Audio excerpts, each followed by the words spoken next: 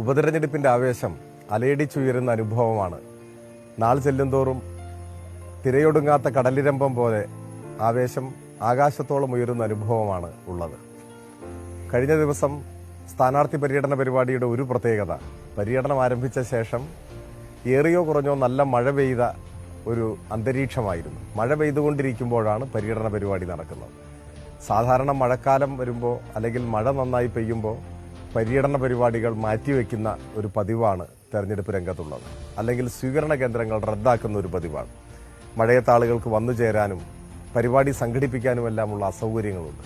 എന്നാൽ ഏറ്റവും ആവേശം തോന്നിച്ചത് ഇന്നലത്തെ സ്വീകരണ കേന്ദ്രങ്ങളിൽ ഒന്നുപോലും മാറ്റിവെക്കാൻ സംഘാടകർ തയ്യാറായില്ല. മഴയാണെങ്കിൽ മഴയെ അതിജീവിച്ചുകൊണ്ട് പരിപാടികൾ നടത്തുക എന്ന നിലപാടാണ് സ്വീകരിച്ചത്. അതിന്റെ ഭാഗമായി മിക്കവാറും സ്വീകരണ കേന്ദ്രങ്ങളിലെല്ലാം മഴയുണ്ടെങ്കിലും മഴ ഭാഗികമായി നനഞ്ഞുകൊണ്ടും ചിലർ കുടയുപയോഗിച്ചും എല്ലാമായി സ്വീകരണ കേന്ദ്രങ്ങളിലെല്ലാം സ്വീകരണം ഭംഗിയായി നടന്നു. ആവേശകരമായ വരവേൽപ്പായിരുന്നു. മഴയിലും തണുത്തു പോകാത്ത ആവേശം, ദൃഢനിശ്ചയം കൈക്കൊണ്ട ജനതയുടെ ആത്മവിശ്വാസം അതെല്ലാ സ്വീകരണ കേന്ദ്രങ്ങളിലും പ്രകടമായിരുന്നു. മഴയെ തോൽപ്പിച്ച സ്വീകരണങ്ങൾ എന്ന് വേണമെങ്കിൽ നമുക്ക് പറയാം.